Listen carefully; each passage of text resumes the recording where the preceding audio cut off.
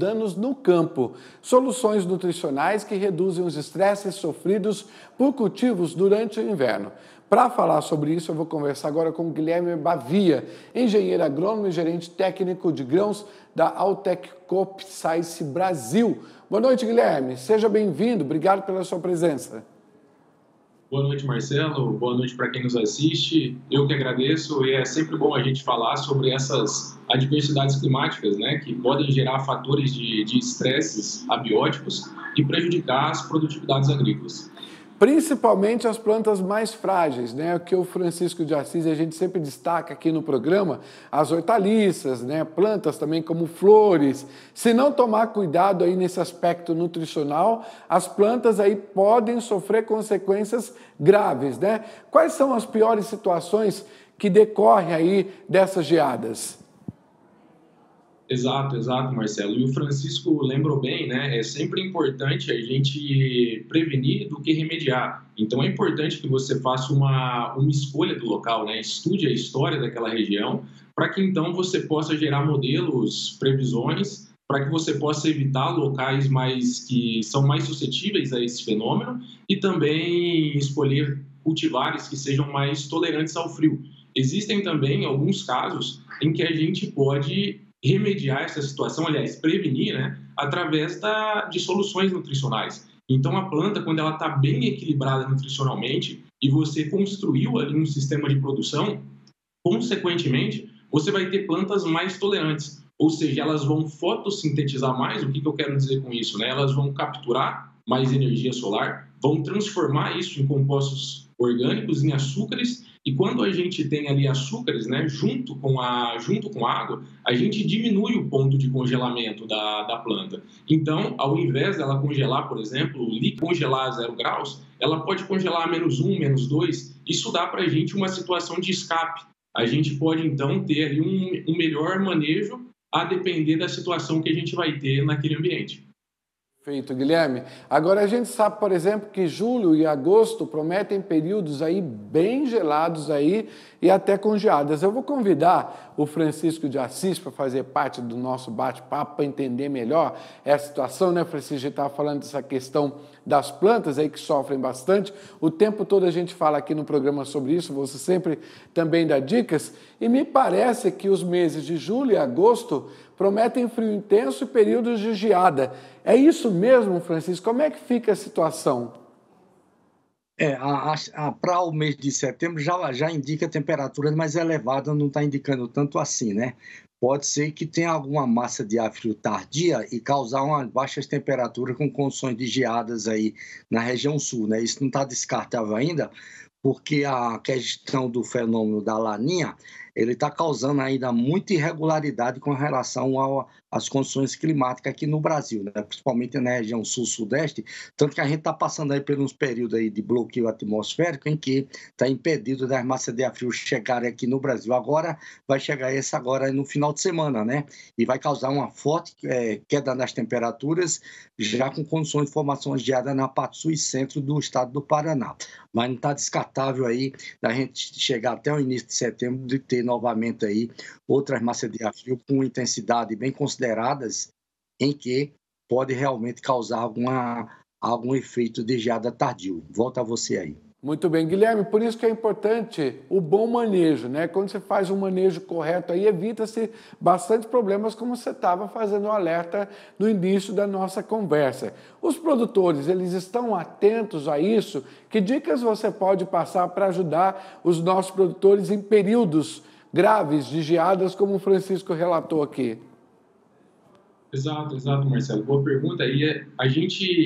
Se a gente for comparar com o ano passado, né, a gente tem uma situação bem menos drástica, como o Francisco lembrou. A gente não tem tantos riscos. Então, os produtores eles estão atentos a esses fatores de adversidades climáticas, entre elas a geada, e a partir do momento que, como eu disse, a gente constrói um ambiente de produção, a gente busca um equilíbrio físico, químico, biológico, o poder de resiliência daquele sistema ele é muito maior, né? Então, ele pode receber o estresse e ele pode voltar à funcionalidade normal dele, ou seja, a planta retomar o metabolismo primário dela, que é aquele referente ao crescimento e ao desenvolvimento, de uma forma muito mais veloz.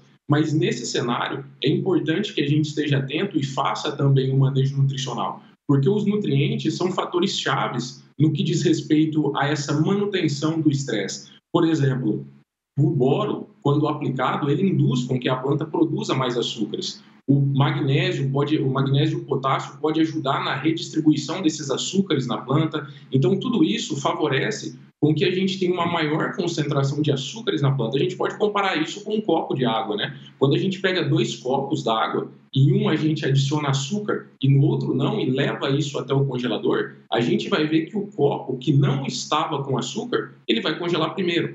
Então, enquanto o copo com açúcar vai demorar um pouco mais para congelar. Então, é isso que a gente busca fazer no campo, né? E quando a gente consegue aumentar a atividade fotossintética da planta, a gente tem efeitos benéficos em todos os sentidos para que a gente, então, aumente a produtividade no fim do ciclo da cultura. E, obviamente, né, como a gente falou, é importante também que o produtor esteja atento lá no início da safra, né? Então, existem modelos, existem previsões, o IMET nos alerta sobre isso, então é importante estar sempre atento, sempre ligado.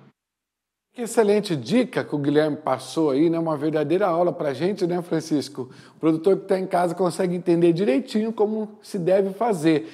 Agora, eu estava lendo aqui, na matéria, antes da gente entrar no ar, a questão principal desses cultivares de clima tropical, Francisco, como, por exemplo, o setor cafeeiro, né, que sofre muito também quando tem geada. Lá no sul de Minas, região de montanhas, tem que ter muito cuidado também, né, Francisco?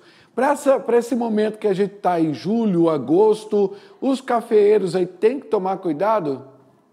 Exatamente, eu estava me lembrando exatamente para esse setor de café, isso que ele estava falando, muito interessante, né? De quando as temperaturas podem chegar em torno de 0 grau na superfície ou a menos de 0 grau com condições de geada, e jogar exatamente isso faz com que amenize realmente a condição da formação de geada, né? E segundo ponto, Marcelo, para os próximos dias agora, pela frente agora, já descarta muito mais aí a probabilidade de ocorrência de geada nas regiões de café de Minas. Pode chegar frio agora na região lá, mas as temperaturas devem cair dentro das condições normais, sem condição de formação de geada. Com você. Excelente dica, né, Guilherme? O pessoal já pode se programar para saber como é que deve fazer o trato, o manejo, né?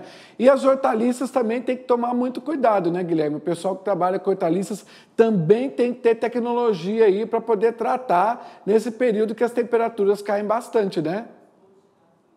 Exato, Marcelo. E como bem lembrou, né, como bem você e o Francisco lembraram, o café ele é uma planta muito suscetível, né, como as hortaliças, né. Eu costumo falar que todos sentem frio, né, só que a gente tem aí uma diferença, é como se algumas plantas utilizassem um casaco mais grosso e outras utilizassem um casaco mais fino, né? Então, por exemplo, algumas plantas ela têm uma epiderme, uma cutícula mais fina, então o líquido interno ele pode ser congelado, o ponto de congelamento dele é maior. E aí, então, se a gente tem um congelamento desse líquido no momento da geada, a gente pode ter ali o extravasamento celular e ter aquele sintoma de queima, que a gente pode ver nos dias que vão ser os dias seguintes da geada, né? Caso isso seja muito drástico.